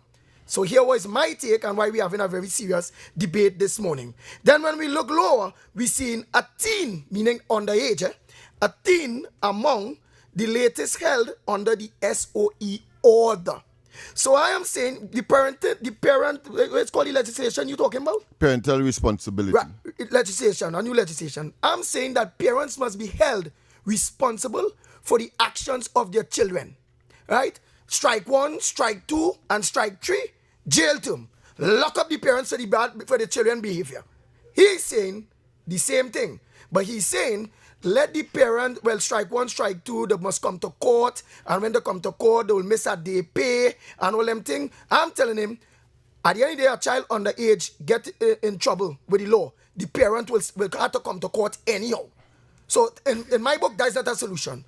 A solution is either a parent must be fined for the children bad behavior, $10, $15, $20 to $50,000. Yeah, right? Because it's like a dog. We will train a dog to behave, sit, stand, don't do this, don't do that. We will train a cat to do what I do, and human beings are more intelligent than that. But my co-host saying different. Virmala, I waited until, of course, your big program we would have been a part of in this monthly trek, so to speak. And I wanted to know that is factually wrong. I have been a teacher for some time, particularly, of course, in depressed communities. And when you ask a parent to come to come to school, with respect, of course, to the behavior of their child, they rarely come. And worse yet, when parent-teachers meeting is to take place, you see only the parents, only the teachers would populate the classroom where that meeting is supposed to be. And when you go to the courts as well, unless there is some kind of insistence, they don't come to court. They leave the child on its own because they are so fed up. And then they have, of course, to focus on bread and butter issues. So it wasted my time to go to court. I have to go to work. But if you have a scenario where the responsibility by law is for that parent to at least attend court, is a horse of a different color. That's too light, Mala. Horse of a different Virmala, that is too light. So you see the argument, and to say that you are saying it in a better way, I mean that is for the beholder, the eyes and the ears and the intellect of the beholder. Virmala, he have a degree in criminology and he trying to rough up the pit bull. He trying to silence me and you say look at that words. Here why, Virmala? Let me tell you why again. One, most parents. They know the children is thief. They know the children is bad behaved children. Or most does know. And all of them don't go to make no report on the children at the police station or anything because they say it come out my belly and I'm a child and all those various things. I think my way will force a parent to let the police station know what time it is with the child if all they lose control of all their child. Right? Then all they lose control of all their child and nobody don't know all the months all they have but all they not warning none of it.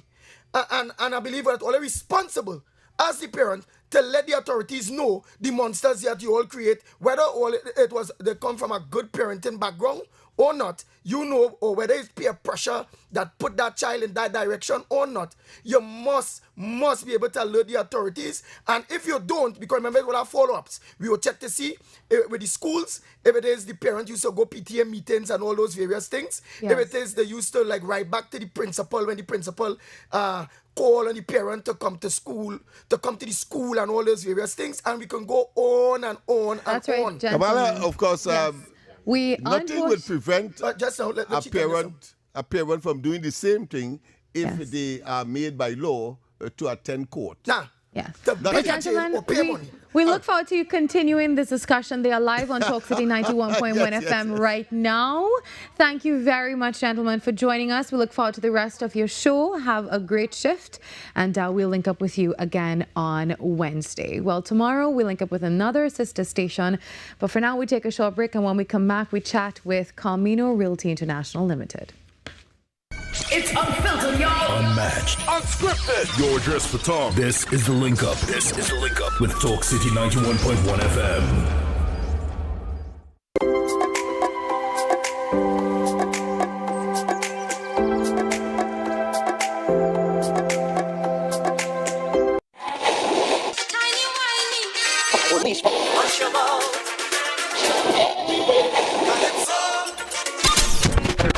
Since 1972, one sound has been living in the heart of Trinidad and Tobago, the longest running radio station in the nation. We're your holiday soundtrack, whether it's on your day off, long drives, or house lives. We are always sweet. This is music with meaning, music with memories. Music that feels like home. And it's not just the songs, it's the voices you trust, personalities you've grown with. Laughter that sounds familiar. This isn't just radio, it's tradition. It's memories. It's part of who we are. Sweet 100.1 FM, the rhythm of our identity, part of your family. Always 100. Guide you on your way. Sweet 100. Sweet 100.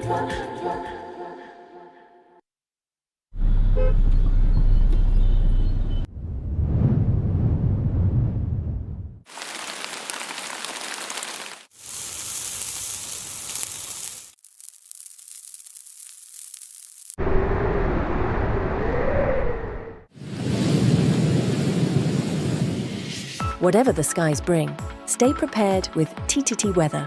Committed, accurate, relevant. Ever wondered what happens before the lights come on? Before the crowd pours in? Before the magic hits the stage? This is your all-access pass. Sneak Peek with Junior K takes you behind the scenes of the biggest cultural moments and the hottest events across TNT. From the sound checks to the stage setups, from final rehearsals to exclusive interviews. If it's about to be big, we're already there. Catch Sneak Peek airing daily on TTT and relive every moment on all our social media platforms. Sneak Peek with Junior K, where the story starts before the spotlight.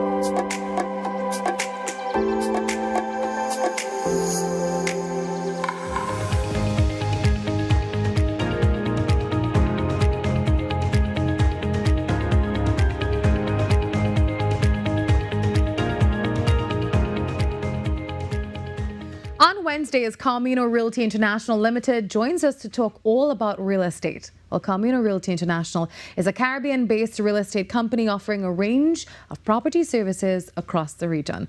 So with us, we have no stranger to TNT Today, Ms. Rachel Ramla, the Managing Director. Good morning, Rachel. Welcome back to TNT Today. Always good to have you here on a Wednesday. And today we are talking about something that many people tend to overlook in real estate. I know we're talking about documentation, but not just documentation, proper documentation as well. So from your experience in the industry, how important is proper documentation when renting or selling or doing any transactions with property in Trinidad and Tobago?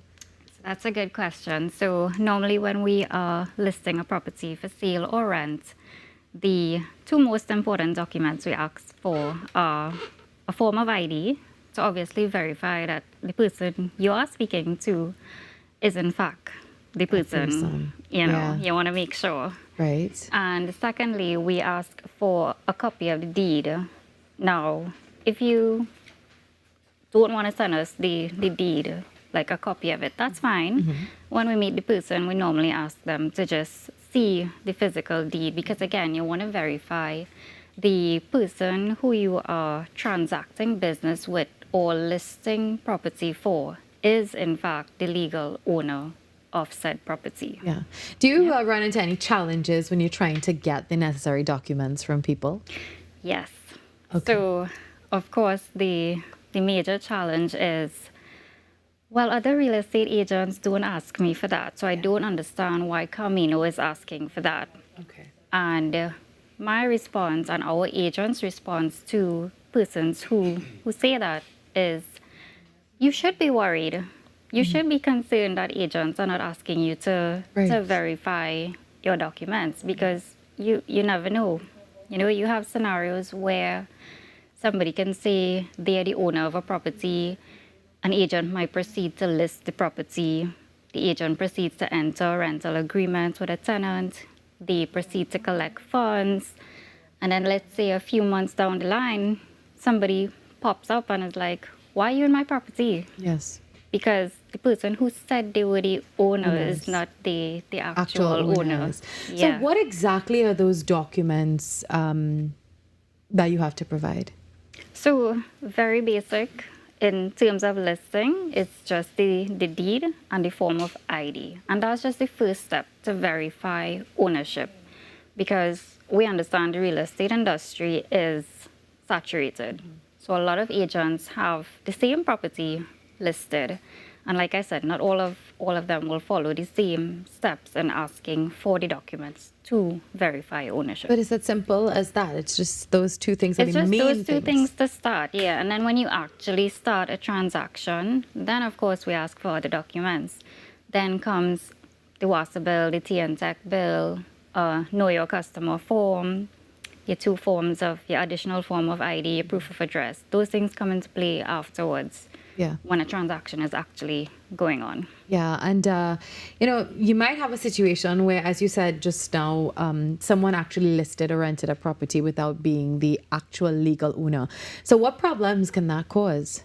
So in terms of like just getting your money, so like let's say you are the legal owner and I went ahead as the agent, I listed it, and I gave this other person money. If there is no formal agreement or arrangement in place, you as the legal owner, you're going to have challenges getting back your money because, one, there's nothing to show that you gave this third party permission to collect the funds on your behalf and then it would be remitted to you. And then two, I didn't have an arrangement. I never met you, so I don't know you. Yeah. And then I never asked for the deed, and I never asked for a form of ID, so I had no way of verifying who this third party is, So the main challenge with that on the owner's part or the landlord's part is being able to now recover the monies that would have been collected by this third party. Now, you mentioned that the market is saturated, indeed. So Yes. you have to also ensure that your real estate agent is registered with the FIU, ensure that they are legitimate. So how important is that? So FIU, that's the Financial Intelligence Unit of Trinidad and Tobago. They outline guidelines or framework for AML compliance. So we are guided by that body, and that is how we structure our compliance program to make sure that we are dotting all of our I's and crossing all of our T's and making sure, we are on par or in accordance with the AML Act. Most agents would tell you whether they are FIU registered or not. Like when they would always have it following their name. So they might have Rachel Ramlal, agent at Camino, FIU registered.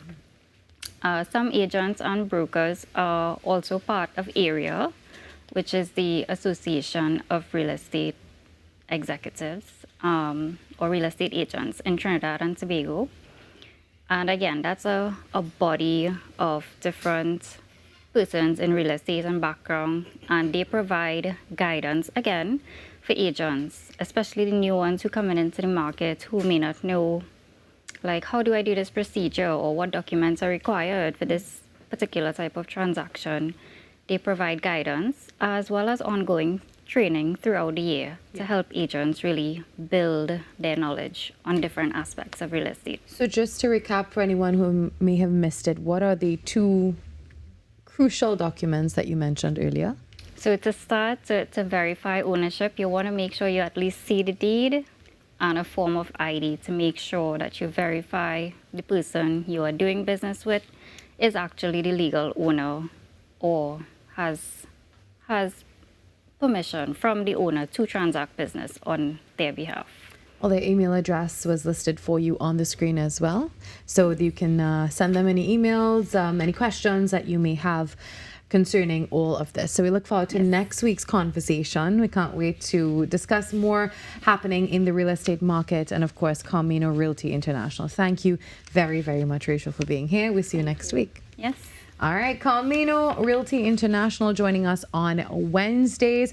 We take a break, and when we come back, we get ready to wrap it up for Trinidad and Tobago today. And this time we have some really good local talent joining us in studio.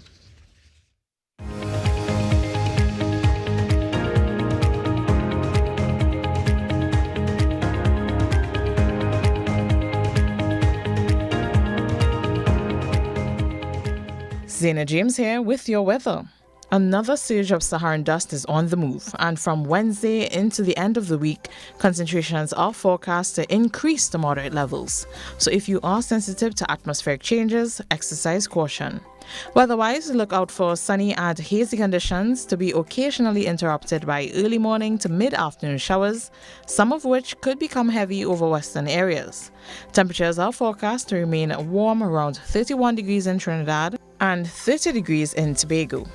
Out at sea, spring tides remain in effect, producing more exaggerated tidal levels than usual. But otherwise, the seas remain moderate in open waters and slight in sheltered areas. Well, we're joined today by Trinidad and Tobago poet and author Kieran Isaac, who has just made a history with a third-place finish at the 2026 CARICON Poetry Slam in Curacao, marking this country's first appearance and first placing at that regional competition. But beyond that stage, he's also using his voice to explore powerful themes like Caribbean identity and male mental health, something that we genuinely and truly need to continue talking about. Kieran, congratulations and welcome to the show. Thank you so much, and thanks for having me. Thanks for choosing to celebrate with us Yes, here on for TNT sure. Today. So tell us about your journey. Who is Kieran Isaac? Yeah, so I am I start by saying I was a medical student turned poet and spoken word artist. Wow. The pandemic changed a lot of things for a lot of people. For me, it was a totally different trajectory. Puts life into perspective. It does, the fragility of life and Absolutely. dreams, and so it was a complete pivot. So I became a published poet, which from that stemmed into being an educator. You know, parents would ask me to teach their kids how to write, and I said no. Then they said, we'd pay you. I said, by that I meant, yes, I'll do it. So I became an educator and a spoken word performing artist. So it's been quite the journey, but it's been fun. Well, let's talk about CARICON. That is an amazing achievement for a Trini, for anybody. So how do you feel now?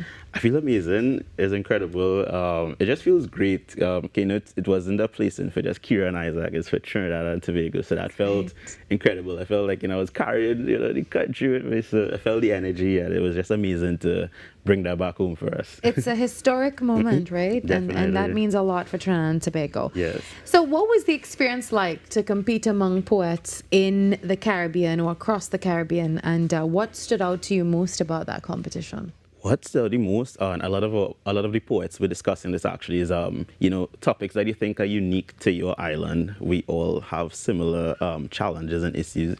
So some of the poems that resonated with certain poets also resonated with audience members from different islands, because the audience comprised of persons from around the Caribbean. So it's just so unique to see that that our issues are actually what makes us more united as a Caribbean. And it was just cool to see the stories coming together, all the poets. We were like one, we competing against each other, but we were definitely 100% supporting each other. We built a nice little family. So before we allow you to close the show today with your poem, I want to ask you about this piece. It's Happy International Co-Awareness Day. So tell me about that, and where's the message? Where did it come from? And why that name? Right, so for the competition, I did 3 pieces. So that one was about it's about the similarities between Kobos and humans. So fun fact, a group of Kobo of volunteers called a committee, which I thought was very ironic. But then beyond the comedy, it goes to show how men prey on young girls.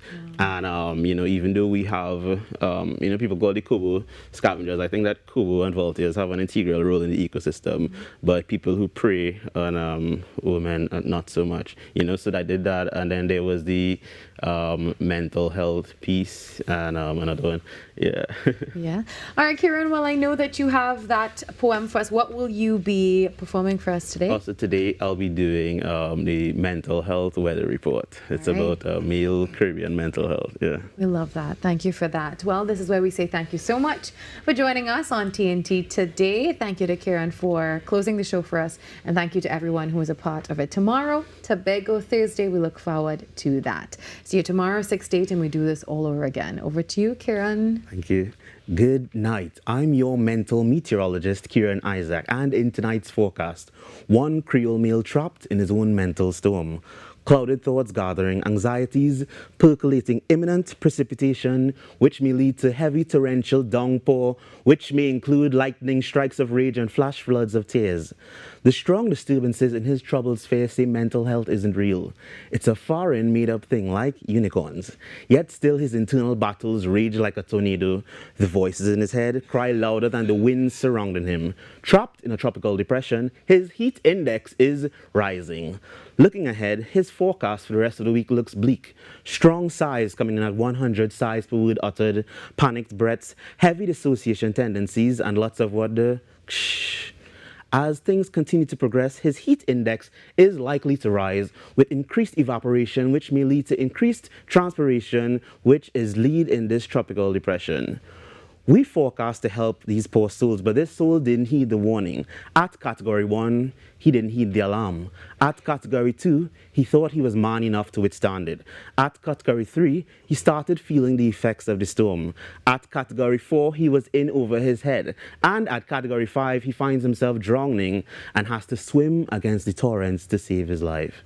But he has to realize that he can be the eye of the storm, push through his swirling anxieties, and rise to higher ground. Transmogrify raindrops into a wash of forgiveness, even forgiving his forefathers who labeled these storms as unimportant. And that small wind can transform him. He can transform his wind speeds into wind speeds, even if just by the increase of 1 mph. One man pushing through his own hurricane. I've been your mental meteorologist, Kieran Isaac, signing out for tonight's forecast. But for tomorrow's forecast, remains to be seen.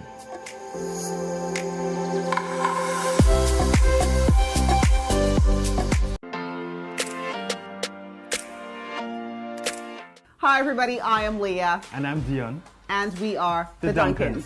Listen, we're here to tell you about a project the Lord has given to us called the Marriage Confessional. It is geared toward married couples, those that are on the road to marriage, and those that want to get married one day. So join us on TTT and on Facebook and YouTube at TTT Live Online. The Marriage Confessional, only on TTT.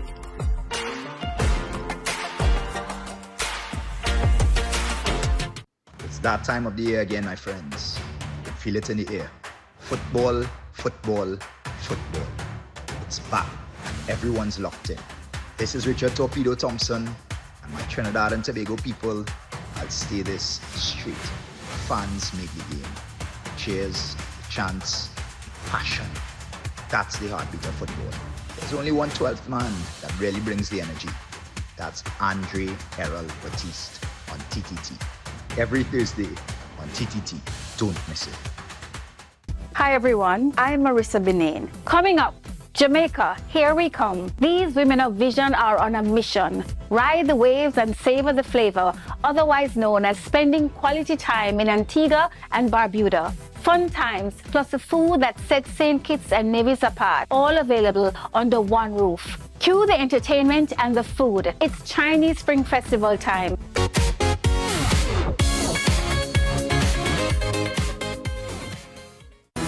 Your stories, your communities, your country. TTT News is everywhere, on the ground, across Trinidad and Tobago, and on every smart device. TTT News, nightly at 7.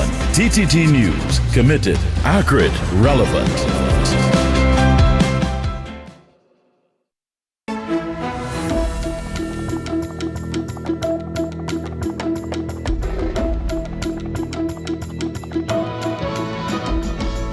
Good morning, this is your TTT News Update. I'm Carrie Roberts. Making the news at this time. As the 2026 sea turtle nesting season gets underway, conservationists are urging Trinidad and Tobago to recognize that it is not just a natural spectacle, but a responsibility. Chairman of the Grand Riviere Nature Tour Guide Association, Len Peters, said early nesting numbers at Grand Riviere have been remarkable. In just the first 10 days of April, more than 1,400 leatherback turtles came ashore, a sharp increase that places renewed focus on the need for careful protection of these endangered animals. When the dinosaurs were here. And guess what? They have chosen to reproduce in Trinidad. Yes, Grand Riviere is special, is the highest density nesting site, but it's not the only nesting site on the island. It is special because, yeah, we are host to the most sea turtles. We get as many as 600 turtles in one night. That was recorded in 2012. This year, the highest number to date is 174 in one night. So because of that, people come from all over the world to witness this phenomenon. We get visitors from over 100 countries. So this sea turtle conservation is an economic and sustainable driver for the community. So yeah, it's a big thing for us. It's not what we do, it's who we are. But threats remain. Climate change, rising sand temperatures, coastal erosion, fishing nets, bright lights, and careless human behavior all put nesting turtles and hatchlings at risk. Curiosity will make you draw to the animal. You want to see the animal. But leatherbacks are light sensitive, so you need to appreciate and understand that white lights are not friendly to sea turtles. So in Trinidad, we have the phenomenon where people are normally curious, but there are lots of conservation groups out there who are managing beaches where sea turtles nest. So humans are impacting. You have the issues of nets. They get entangled in nets offshore is the greatest cause of their demise presently. You get people coming onto beaches, lighting fires, removing sand, taking the eggs, trying to help, but not knowing how to help in the right way. Visitors are urged to book guided tours, avoid bright lights, and keep their distance, ensuring these ancient marinas continue returning home for generations to come. Discussions on neurodiversity are essential in today's world as they foster greater public understanding and awareness of individuals living with a range of mental and neurological conditions. Dr. Yaisa Andrews, Zwilling Director of Research and Program Team Lead at Annexon Biosciences, made the remarks on Tuesday following her presentation at a Neurodiversity Forum hosted by the College of Science, Technology and Applied Arts of Trinidad and Tobago. They're doing an amazing job of raising awareness, bringing all of these experts in to talk about it from different lenses, not just for children, but also for adults. So I think we absolutely need more, and this is a great first step. Dr. Andrews Zwilling, however, believes there is a lot more that can be done. I think more access to therapy, to medicines if needed. I was just speaking to another lady here who also has a PhD, a little bit more about diagnosis and how to help. So I think that would definitely help a lot. And also I think within the schools, having specialized schools to help individuals, but also within the school system. Now I know our teachers are doing a lot and they have big classrooms, etc. She emphasized the need for greater understanding of how to effectively engage and support individuals living with these disorders. Additionally, Dr. Andrews Zwilling noted that teachers should undergo specialized training to better manage and support students affected by such conditions. In some sport now, as Trinidad and Tobago prepares for the decisive CONCACAF Women's World Cup qualifier against El Salvador, head coach Damian Briggs has recognized a key factor as the team settles into camp ahead of Friday's encounter. I think the key thing as well is that the off the pitch, the bonding off the pitch, like the togetherness, it helps when you're on the pitch, because the closer you can get away from the pitch, it's better for when you're on the pitch, because now we're all soldiers, we're all fighting for the same cause, and everyone is willing to die for someone, and just being able to be in an environment away from football as well, where players could just talk about their families, talk about the things they feel positive about, or even sometimes one or two things that might be on their mind, and they could speak to someone and then they get an answer, and then all of a sudden it's a feel-good factor. So I think it's really good in the bonding time that we spend together. And that was your TTT News Update. I'm Carrie Roberts. From all of us here, have a great day.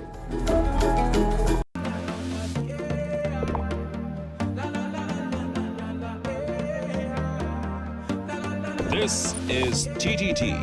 Live for local. Danny's Funeral Home Limited and Crematorium. Death announcements.